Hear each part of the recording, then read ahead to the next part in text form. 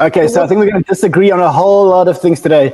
But I think the one thing that we're all going to agree on today is that the worst place to be right now is the US dollar. Am I right about that, Mooch? The worst place? No. And listen, I don't think it's the worst place because it's the tallest of the relative fiat currencies, but it is a bad place because of what they're doing to the dollar. Ultimately, they're corrupting the dollar. You know, Peter wrote best-selling books about this. The way we're monetizing our debt and the way we're printing money, 469 billion US dollars printed this year in the first 5 months. It erodes the ability for the middle and lower middle income people to catch up with the wealthy, and it's creating all of this political angst, but not the worst place. There are a few worse places. Yeah, like Bitcoin. You know, like as an example, well, you see, here's the thing. I am convinced after now studying Peter, and Peter, you know, he was very forceful and very persuasive yesterday on his gold pitch on the Intelligence Squared debate, but I'm convinced that Peter owns Bitcoin. I'm absolutely convinced of it because I wish I owned it. I don't. The way he talks about it, I think he's accumulating it and he's trying to push the price down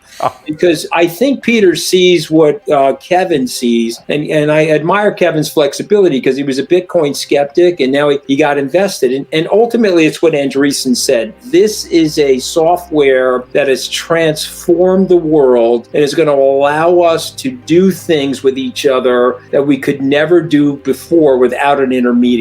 And when you stop and you think about that shorter distance, there's no longer a triangle, Rob. There's a distance just between me and the person that I want to transact with as a direct result of the blockchain, Bitcoin, and some of these other ecosystems that are developing. It's going to massively change the world. Yeah, but that's all a bunch of hype so far. Nothing has been transformed. All you have is people collecting digital tokens and gambling with them. That's it. I mean, it hasn't changed anybody's life other than some people are richer because people bought it. Of these wallets, you're leaving out all of the infrastructure and architecture that's being put in place to create this massive superhighway. I'm going to let Raoul talk. All that is malinvestment, though. That's all going to. He knows how early.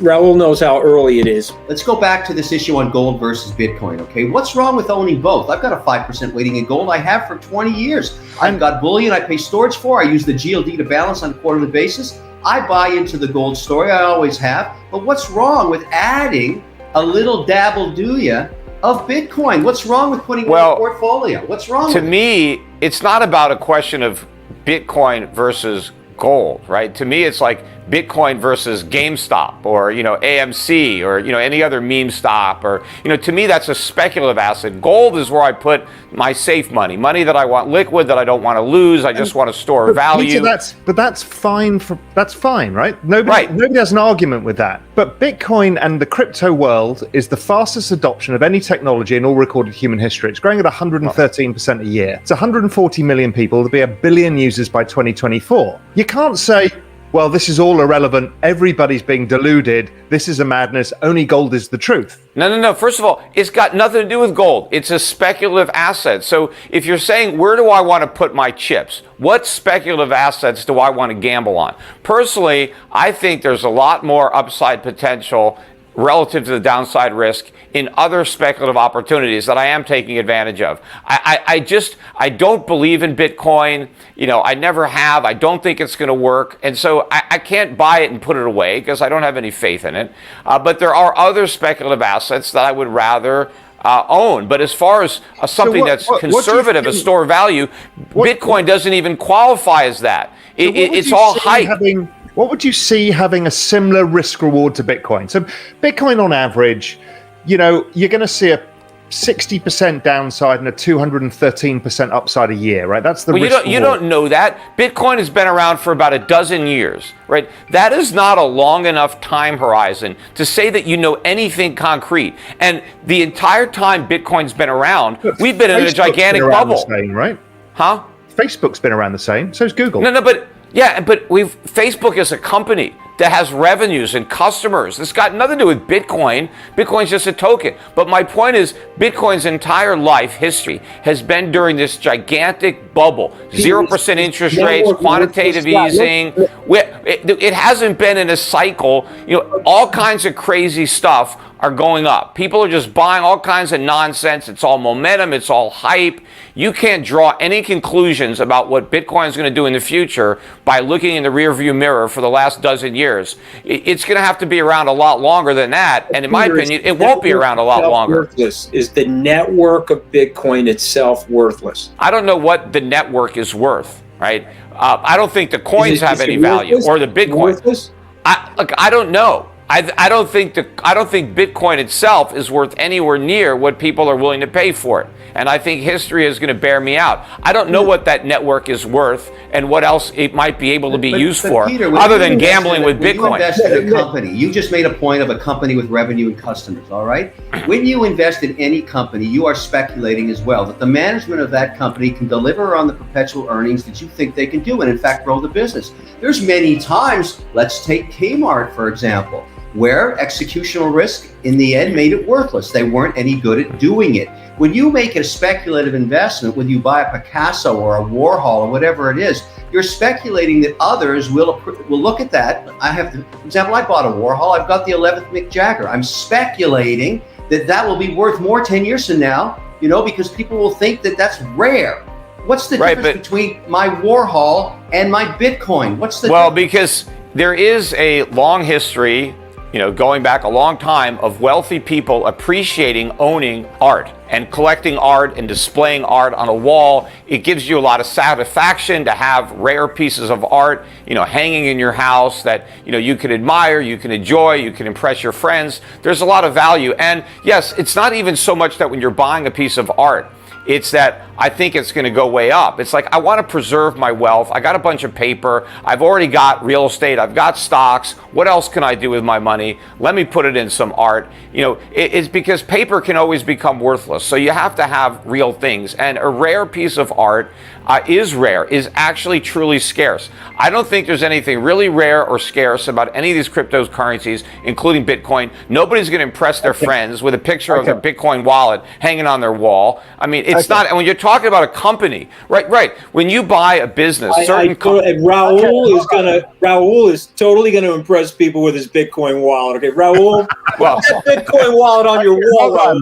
Hold on. I'm impressed already. I just want to say one thing to my fellow guests, and something I learned actually from Mr. Wonderful is about the adaptability and about understanding that the world is moving at an exponential pace. And so what I love about Kevin is he had a point of view, and then he stepped back and he said, okay, wait a minute, let me challenge my hypothesis and let me look at the world. And so it's reminiscent of Thomas Malthus. He said that we were all going to starve. The food was not going to pace the population growth.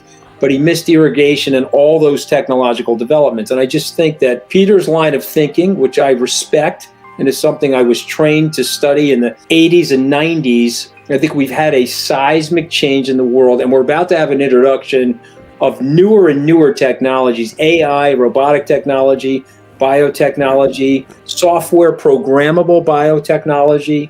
All of these things are going to lead to an unleashing of exponential growth that we can't understand in our primordial system. Because we're sitting here in a 100,000-year-old piece of machinery that hasn't evolved, and yet our iPhone went from iPhone 1 to 13 in 10 years. Yeah, in other words, it's different this time. Yeah, I know. That's what they always say.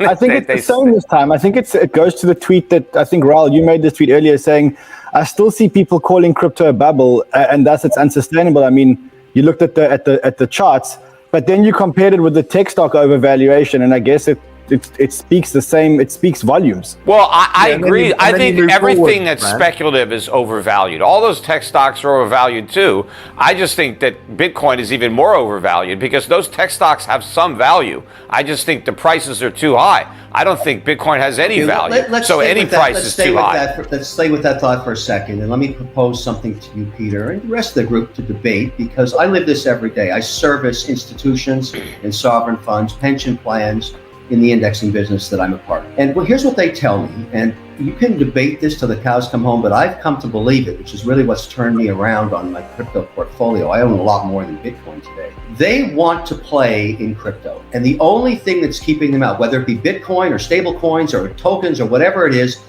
they have no compliance infrastructure. So here's how it goes. They go to their committees and say, look, I want to put on a 3 to 5% weighting in a set of different crypto assets. Are you guys okay? Now, most of us that deal in stocks and bonds, and I certainly do, I have an infrastructure that marks to market my holdings by the second. My internal compliance sees it. They give it to the independent auditors every week. They audit every month, and we issue our compliance to the regulator as we have to in our different mandates. There is no infrastructure yet today to do that institutionally in crypto. And that's why, let's talk Bitcoin. I really believe this, that there's $1 trillion worth of buying if we could provide two things to the institutional buyer.